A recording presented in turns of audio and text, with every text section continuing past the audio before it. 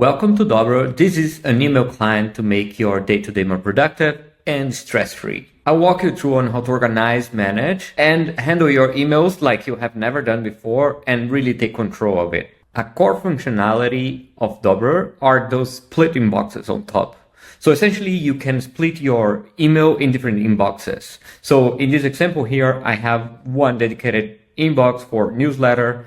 I have another one for finances where I can put my receipts, my purchase confirmations, and I have another one to just catch marketing where I can read whenever I have the time for. The split inboxes are a core feature of dobror.com and use AI to coordinate your email. So every time you see an email with this sparkle on the side, if you hover over it, you're going to see that it's smart sorted.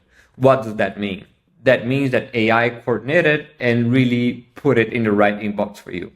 Dobror can get trained and improve over time. And in order to do that, you simply just can move your email to the relevant inbox. So for example, if I think this is a very important notification, I can move it in there, and within time, dobror will learn and will make even a better job for you.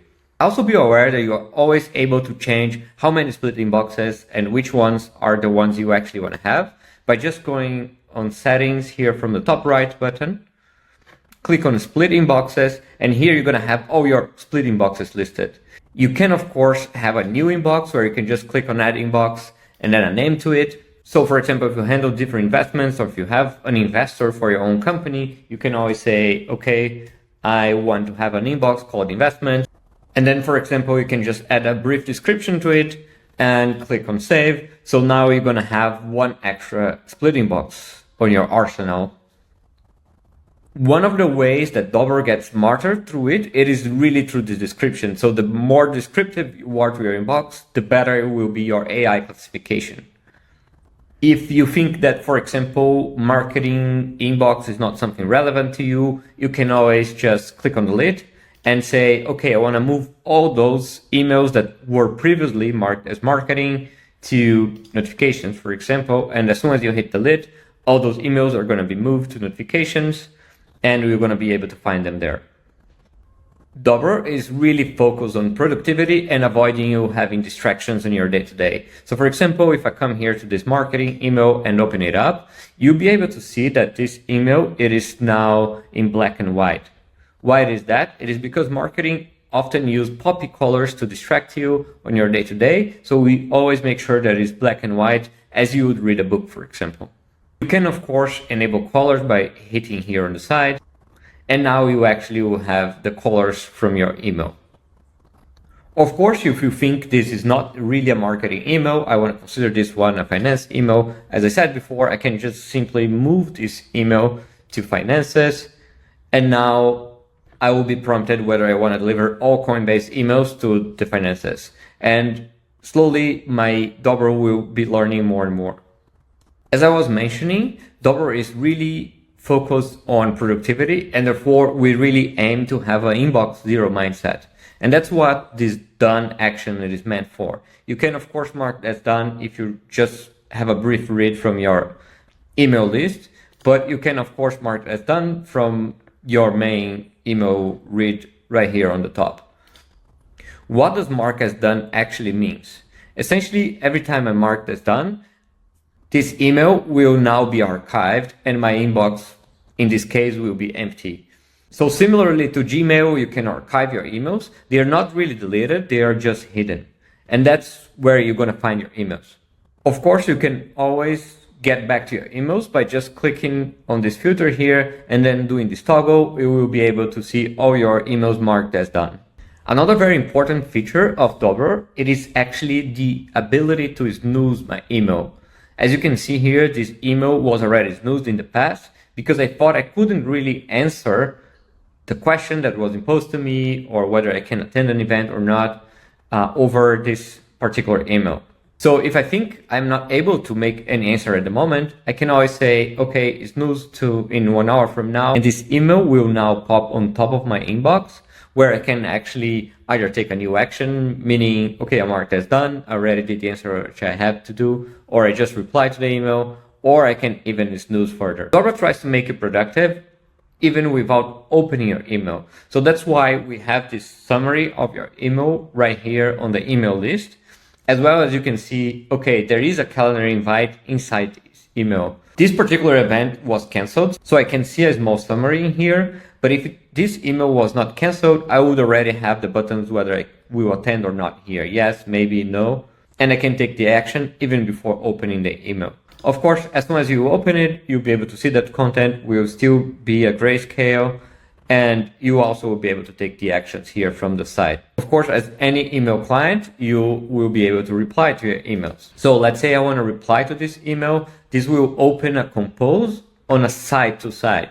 So now I am able to, on the left side, to read the content of my email and potentially reply to any questions that I think it makes sense for me to reply at the moment. So let's say I want to reply to this email. By default, Dobror will put it that this email is going to be sent from the same email that I have received it. So let's say you have different accounts connected. I have one Gmail, I have one Outlook email connected. I can simply select from which email I want to reply this email from. Of course, the default will be that you always pick the email that you have received. So if someone sent me this invitation or this email to my Gmail account, I will by default reply from Gmail, but I'm always able to click here and select different account. As soon as I hit send, the email will be sent, and now we're going to have a reply.